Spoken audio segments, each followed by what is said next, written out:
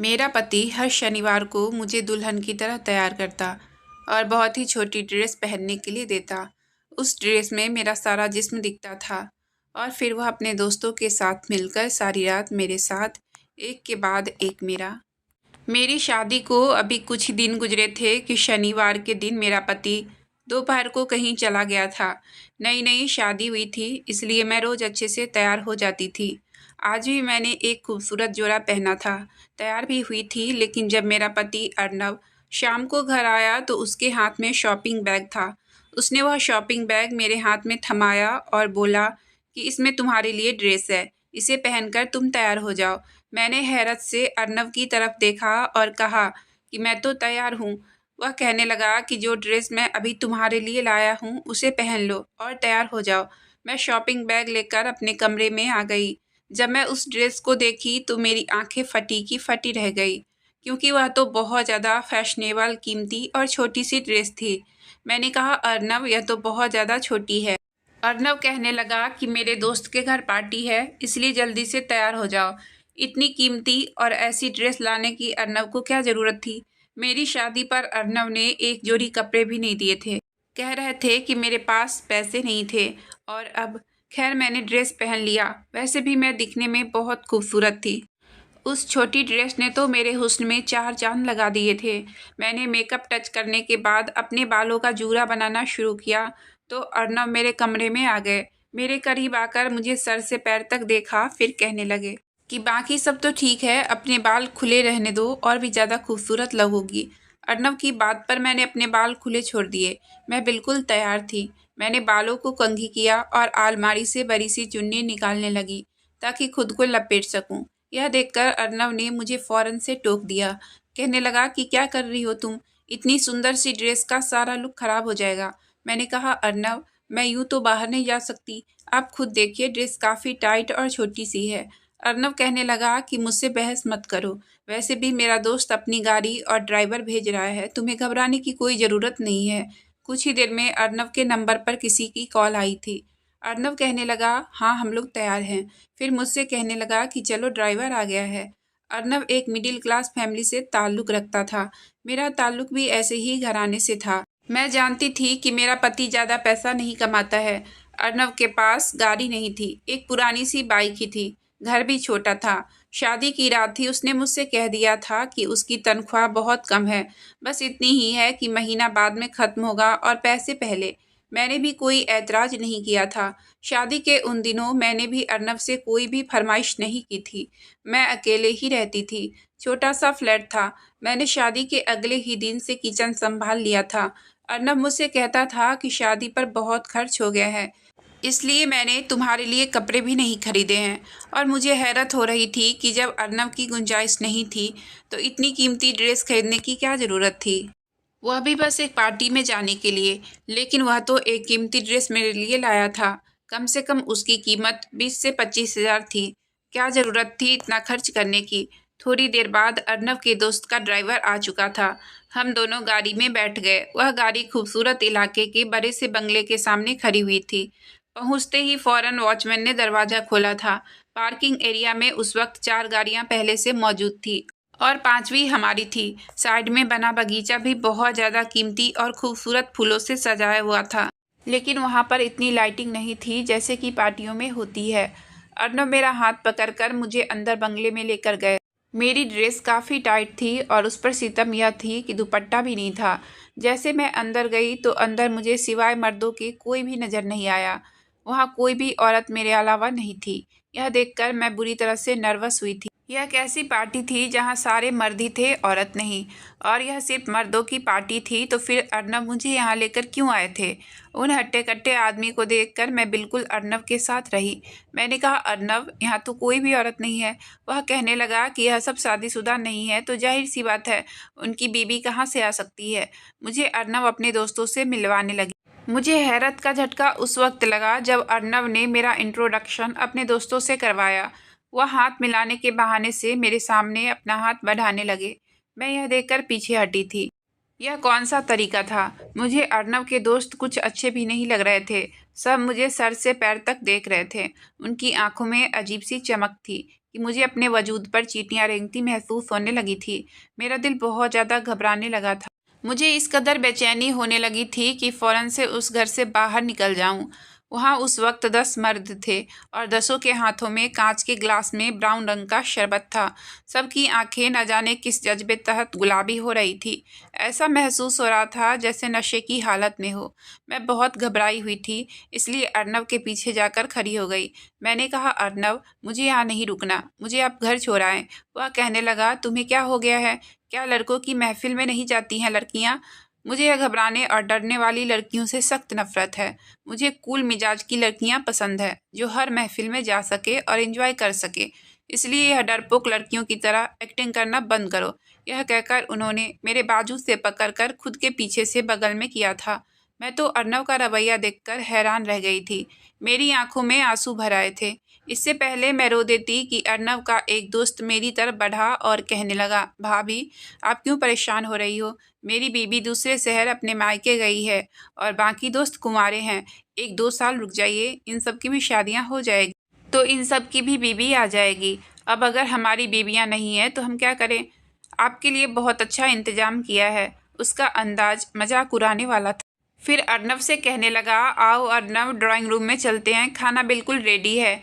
मैं अर्नव का हाथ जोर से पकड़े ड्राइंग रूम के टेबल तक पहुंची थी, जहां पर अलग अलग किस्म के खाने लगे हुए थे, और अर्नव के साथ मैं टेबल पर बैठ गई। अर्नव के बाकी दोस्त भी सामने की कुर्सी पर बैठ गए। उसके जिस दोस्त के यहाँ पार्टी थी वह मेरी प्लेट में अलग अलग किस्म के खाने डाल रहे थे। कह रहा था, भाभी, यह भी खाकर देखिए और यह भी खाकर देखिए। खाना वाकई बहुत ही लजीज था और मुझे भूख भी बहुत ज़्यादा लगी थी। अजीब बात थी कि जैसे जैसे मैं खाना खा रही थी, मेरी आंखें नींद से बंद होने लगी। खाते खाते ही मुझे लगा कि जैसे मैं यहाँ सो जाऊंगी। मैं नशे वाली नज़रों से अर्नव की तरफ देख रही थी, जो मुझे एक के बजाय 4-5 नज़र आ रहा था। मैंने कहा, अर्नव, अब घर चलो, मुझे नींद आ रही है। वह कहने लगा, हाँ चलो। यह कहकर जैसे ही मैं अपनी कुर्सी से खड़ी हुई, लड़खड़ाते हुए अर्नव की बाहों में गिर गई थी। बस 1 मिनट लगा था मुझे अपने होश खोने में। सुबह जब मेरी आंख खुली तो मेरा सर बुरी तरह से चकरा रहा था। बहुत मुश्किल से मैंने अपनी आंखें खोली थी। मैं अपने कमरे में मौजूद थी। अभी भी मैं उस छोटी सी ड्रेस में थी जो मुझे अपने वजूद पर बुरी तरह से चुभ रही थी। मैंने बड़ी मुश्किल से उठकर बैठने की कोशिश की। मुझे लगा जैसे मेरा वजूद मेरा साथ ना दे रहा हो। मेरे पूरे बदन में दर्द की टीस थी। पता नहीं क्यों मैं चूर चूर हो चुकी थी। मुझे अपने अंदर एक अजीब सी कमजोरी सी महसूस हो रही थी। मैंने देखा तो मेरा सारा जेवर उतरा हुआ था और हाथों में जहाँ मैं चूड़ियाँ पहनी थी वहाँ पर खरोंचे और जख्मों के निशान थे। यह देखकर मुझे हैरत हुई थी। मैं अभी ठीक से अपने होशो हवास में नहीं आई थी जब अर्नब बेझिझक होकर नाश्ता लेकर अंदर दाखिल हुआ। वह बहुत खुश लग रहा था। मुझसे कहने लगा, देखो, आज मैं तुम्हारे लिए ऑमलेट और ब्रेड नाश्ते में लेकर आया हूँ। मैंने कहा, पता नहीं क्यों मेरे जिस्म में बहुत दर्द है। मेरी बात पर फिक्रमंद होने के बजाय वह मुस्कुराने लगा और कहने लगा, तुम कल रात को बहुत ज़्यादा खूबसूरत लग रही थी, फिर मुझ पर बेहोश होकर गिर भी गई थी, इसलिए घर आते ही मेरी नीयत तुम पर खराब हो गई थी। अर्नव काफ़ी अच्छे मूड में था। मेरी नज़रें खुद ब खुद झुक गई थी। कहने लगा, तुम नाश्ता करो, मैं तुम्हारे लिए दर्द की दवा और गर्मा गर्म चाय लाता हूँ। फिर यह दर्द भी आधे घंटे में ठीक हो जाएगा। मुझे हैरत हो रही थी कि इतने दिनों में तो अर्नव ने कभी मुझसे ऐसी मोहब्बत का इजहार नहीं किया था कि पूरे वजूद पर जख्म थे। बहरहाल अगले रोज़ तक मैं काफ़ी ठीक हो गई थी, लेकिन मैं नहीं जानती थी कि ये सिलसिला रोज़ ही चलता रहेगा। अगले शनिवार फिर मुझे अर्नव ने एक नई ड्रेस ला कर दी। कहने लगा, तैयार हो जाओ, दोस्त के घर पार्टी में जाना है। और फिर उस दोस्त के बंगले में मुझे ले गया। इस बार तो उसके दोस्त मुझसे पहले से ज़्यादा बेझिझक होने लगे। कहने लगा, भाभी, आपके हुस्न के तो हम दीवाने हो गए हैं। अर्नव तो बहुत खुश नसीब है कि उसे आप जैसी बीवी मिली है। मुझे अर्नव के दोस्तों के मुंह से इस तरह की तारीफें बुरी लगी थी। मैंने गुस्से से उन्हें घूर कर देखा तो वह अजीब सी हंसी हंसने लगे थे। मैं सोच चुकी थी कि घर जाते ही अर्नव से कहूंगी कि मैं आइंदा उसके घर नहीं जाऊंगी। मुझे आदमियों के इस किस्म की घटिया मजाक बिल्कुल पसंद नहीं थी। इस बार भी मेरे साथ यही हुआ था। जैसे ही मैंने खाना खाया मुझे नींद आने लगी, फिर मैं बेहोश हो गई। अगले दिन फिर मेरा जिस्म दर्द से चूर था, लेकिन मैंने एक बात नोटिस की थी कि अर्नब बहुत खुश रहता था। घर पर फल भी लाने लगा था, पैसे भी बड़े खुले हाथ से खर्च कर रहा था। हालांकि उसकी तनख्वाह इतनी ज़्यादा ना थी, फिर वह रोज रोज की अय्याशी कैसे हो रही थी। घर आते हुए वह रोजाना अच्छे से होटल का खाना साथ लाता था। मुझसे कहता था कि कोई ज़रूरत नहीं है तुम्हें किचन में खाना बनाने की, तुम्हारा खूबसूरत हुस्न फीका पड़ जाएगा। कभी कभी तो मुझे अर्नब की बातें बड़ी अजीब सी लगती थी। मैंने कहा कि हर औरत घर का काम करती है, मुझे भी अच्छा लगता है कि मैं आपके लिए खाना बना और आपका काम करूं। वह कहने लगा कि नहीं, तुम बस अपने हुस्न का ख्याल रखा करो, इसे निखारा करो, खुद को सजाया संवारा करो। तुम नहीं जानती कि तुम्हारा हुस्न मेरे लिए कितना कीमती है। मेरा हाथ थामे हुए मुझसे मोहब्बत भरी बातें करने लगा। कहने लगा, क्या तुम जानती हो तुम्हें पाने के लिए मैंने कितने पापड़ बेले हैं। यह बात सुनकर मुझे हैरत हुई थी, क्योंकि हमारा रिश्ता तो एक रिश्ते कराने वाली आंटी के जरिए से हुआ था। मैंने तो शादी से पहले कभी अर्नब को नहीं देखा था। मैंने कहा, क्या मतलब। मेरी बात पर वह हंसने लगा। कहने लगा, मैं तुम्हें एक दिन बाजार में देखा था और देखते ही तुम पर फिदा हो गया था। वहीं से मैंने तुम्हारा पीछा शुरू कर दिया, तुम्हारा घर देखा, फिर मालूम हुआ कि तुम्हारी माँ तुम्हारे लिए रिश्ता देख रही हैं। यकीन करो, यह सुनकर तो मुझे बहुत डर लगा था कि कहीं मैं तुम्हें खो ना दूं। कहने लगा, एक बार मैंने तुम्हारे घर से बाहर एक रिश्ते वाली आंटी को निकलते देखा था। फिर मैंने उनसे कहा कि अगर वह मेरा रिश्ता तुमसे करवा दे तो मैं उन्हें अच्छी खासी रकम दूंगा। वह मेरी बात मान गई और यूं मेरा रिश्ता तुमसे हो गया। मैं तो अर्नब की बातें सुनकर हैरत से आंखें फाड़ कर उसे देख रही थी। मुझे नहीं पता था कि मेरा पति मुझसे पहले से ही मोहब्बत करता था। मेरे लिए उसने इतना सब कुछ किया। मेरे दिल में अर्नब की और भी मोहब्बत की कदर बढ़ गई थी, लेकिन मैं नहीं जानती थी कि सच तो कुछ और ही था। इस शनिवार को जब मुझे अर्नब ने फिर से कीमती ड्रेस लाकर दी तो मैंने कहा, नहीं, मुझे आपके किसी दोस्त की दावत पर नहीं जाना। मेरी बात सुनकर उसके चेहरे के अंदाज एकदम से बदले थे। मुस्कुराहट गायब हो गई थी और चेहरे पर गुस्सा आ गया था। कहने लगा, क्या मतलब तुम्हारा।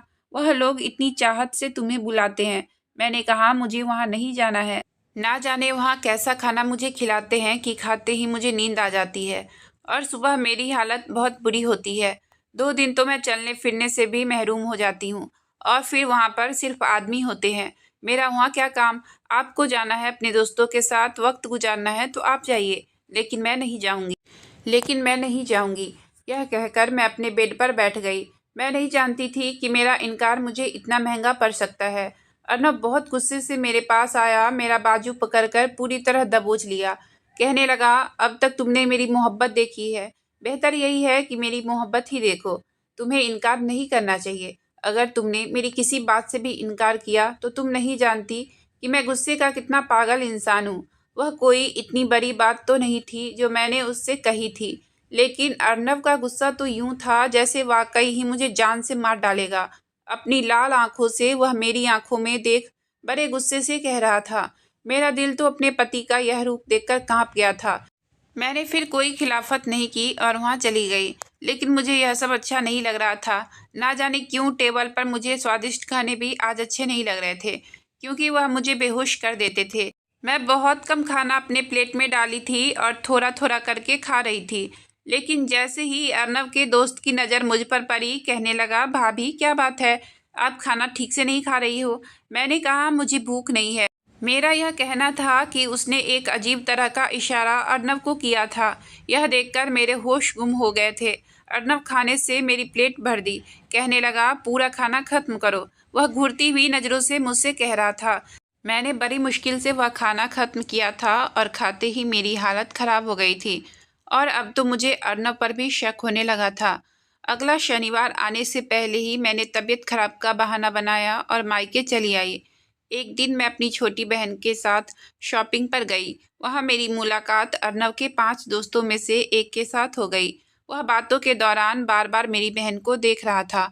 कहने लगा, भाभी इस बार हमारे घर आइएगा तो अपनी बहन को साथ ज़रूर लाइएगा, यह भी आपकी तरह बड़ी खूबसूरत है। मुझे उस आदमी की बात बहुत बुरी लगी थी। मेरी बहन भी उसे घूर कर देखने लगी। मैंने कहा, आपको तमीज़ नहीं है बात करने की। मेरा लहजा तेज हो गया था। आसपास गुजरने वाले लोग भी इकट्ठा हो गए। यह देखकर उस आदमी को भी गुस्सा आ गया। कहने लगा, तमीज़ का मतलब पता है तुझे। हम औरत देखकर तमीज़ करते हैं और तू इस काबिल नहीं कि तेरी इज्जत और तमीज़ की जाए। मैंने कहा कि जुबान संभाल कर बात करो। वह कहने लगा, क्यों, सच बहुत चुभ रहा है तुम्हें? तुम 2 टके की औरत हो और मुझसे तमीज़ की बात कर रही हो। ये सुनकर मुझे उस पर इतना गुस्सा आया कि मैंने एक जोरदार थप्पड़ उसके मुंह पर दे मारा।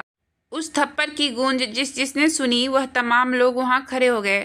कुछ लोग कहने लगे कि अगर यह शख्स ने आपके साथ बदतमीजी की है तो हम इसकी तबीयत अभी ठीक कर देते हैं। मेरा जी तो यही चाहा कि उसका मुंह तुड़वा दूं। इस आदमी को औरत से बात करने की तमीज़ तक नहीं है। मैंने सोचा कि घर जाकर अर्नव को इसकी हरकत बताऊंगी कि वह लोग कितने बदतमीज़ हैं, और अर्नव हर रात मुझे ज़बरदस्ती उनके घर लेकर जाता है। उनकी नज़र में तो किसी बहन बेटी की इज्जत ही नहीं है। इससे पहले कि वहाँ खड़े नौजवान उस आदमी की अच्छी तरह खबर लेते, वह कहने लगा कि यह बाजारू औरत है, जिस्म फरोशी का काम करती है और मैं इसका ग्राहक हूँ। बस यहाँ पर तमाशा बना रही है। यह सुनना था कि मेरे होश उड़ गए थे। मैंने कहा कि यह बकवास कर रहा है। वह आदमी कहने लगा कि तुम शनिवार को क्या करने मेरे बंगले में आती हो, वह भी तब जब तुम जानती हो कि वहाँ तुम्हारे अलावा कोई औरत नहीं होती है। उसके बाद जो बात उस आदमी ने मुझसे कही, जिसे सुनकर मेरा दिमाग चकरा कर रह गया था। कहने लगा, अगर मेरी बात पर यकीन ना हो तो इस बार आना शनिवार को हमारे घर। तुम्हें मैं अच्छा सबक सिखाऊंगा, तुम्हें तुम्हारी सही औकात दिखाऊंगा कि तुम क्या हो। मेरी बहन मेरी शक्ल देख रही थी। मैं उसकी बात पर यूं पत्थर बन चुकी थी। बहुत से लोग मुझे अजीब सी नज़रों से देखते हुए वहाँ से चले गए। वह आदमी गुस्से से भरा पड़ा था। मुझे घूरता हुआ वहाँ से चला गया। मेरी बहन ने मेरा हाथ पकड़ा और मुझे खींचते हुए बाजार से बाहर ले आई। कहने लगी, दीदी, वह आदमी क्या बकवास कर रहा था। मैंने कोई जवाब नहीं दिया। मेरा तो दिमाग चकरा कर रह गया। मेरा जी इतना घबरा रहा था कि जैसे अभी मेरे दिल को कुछ हो जाएगा, वह फट जाएगा। मुझ पर अजीब सी बेहोशी होने लगी थी। मेरी बहन मेरी ऐसी हालत देखकर मुझे घर ले आई, लेकिन मुझे वहाँ भी चैन नहीं आया। मैं फ़ौरन से अपने घर चली गई। घर आई तो अर्नव का मूड बहुत ख़राब था। कहने लगा, तुम्हें मायके जाना है तो तुम वर्किंग डे में जाना। एक शनिवार रविवार को तो छुट्टी मिलती है मुझे, और तुम वहाँ जाकर मेरा पूरा मूड ख़राब कर देती हो। मैंने कोई जवाब नहीं दिया था, क्योंकि मैं कुछ भी कहती तो वह मुझ पर गुस्सा करता। इस बार जब वह मुझे अपने दोस्त के घर लेकर गया तो उस वक्त उसका वह दोस्त वहाँ मौजूद नहीं था, जिससे मेरी मुलाकात बाजार में हुई थी। जैसे मैंने आधा खाना खाया, मैं फ़ौरन वॉशरूम में चली गई। मुझे यह खाना अपने अंदर हजम नहीं करना था, इसलिए मैंने हलक में उंगली डाल डाल कर उल्टी की। जो कुछ खाया था सब कुछ बाहर आ चुका था, इसलिए मुझ पर नशे का असर नहीं हुआ था। मैं बाहर आई और बेहोश होने का नाटक करने लगी, और अर्नव ने मुझे अपनी बाहों में ले लिया। कमरे में लाकर मुझे बेड पर लिटा दिया। उसके दोस्त भी कमरे में आ गए। अर्नव कहने लगा कि इस बार मैं डबल कीमत लूँगा। जो हरकत तुम लोग रात भर मेरी बीवी के साथ करते हो, उससे यह बीमार रहने लगी है। तुम लोगों के दिए पैसे आधे तो इसकी दवाई और डॉक्टर के खर्च में चले जाते हैं। मुझे क्या फ़ायदा होता है? इसके दोस्त कहने लगे कि हमें मंजूर है, तुम इसकी जितनी चाहे कीमत ले लो। मेरा जी चाहा ज़मीन फटे और मैं उसमें समा जाऊं। मेरा ही पति मेरी इज्जत का सौदागर था। पति तो बीबी का रक्षक होता है। गंदी नज़र से बचाने के लिए हर रिश्ते को भूल जाता है। यह कैसा पति था जो मेरा ही सौदा कर रहा था। इससे पहले कि वह लोग मेरे साथ कुछ भी गलत करते, पुलिस की गाड़ी का हॉर्न बंगले के बाहर बजने लगा। यह सुनकर वह सब चकरा गए थे। मैं यहाँ आने से पहले पुलिस को सारी इन्फॉर्मेशन दे चुकी थी। जब तक पुलिस अंदर आती मैं उठकर बैठ गई। मुझे उठकर बैठते हुए देखकर अर्नव और बाकी आदमी के भी रंगत उड़ गए। मैंने अपने पति को गिरफ्तार करवा दिया था, इसलिए उसे खूबसूरत लड़की चाहिए थी जिससे वह धंधा करवा कर पैसे कमा सके। अर्नव जेल में बंद था, और उसी दौरान मैंने तलाक का पेपर जेल में भिजवा दिया। मुझे तलाक भी हो गई, लेकिन मेरे माँ बाप से एक शिकायत थी। मेरा रिश्ता तय करने से पहले उन्होंने यह तो देखा कि लड़का अकेला है, मुझ पर घर की जिम्मेदारियां नहीं होगी, सास ससुर के ताने नहीं होंगे, लेकिन यह नहीं देखा कि वह करता क्या है। अपनी बेटियों की शादी करने से पहले अच्छी तरह से मालूमात कर लिया करें कि कहीं अर्नव जैसा आदमी उसकी ज़िंदगी में शामिल ना हो जाए। अगर आपको कहानी अच्छी लगी हो तो प्लीज़ वीडियो को लाइक और चैनल को सब्सक्राइब करें। आपका बहुत बहुत धन्यवाद।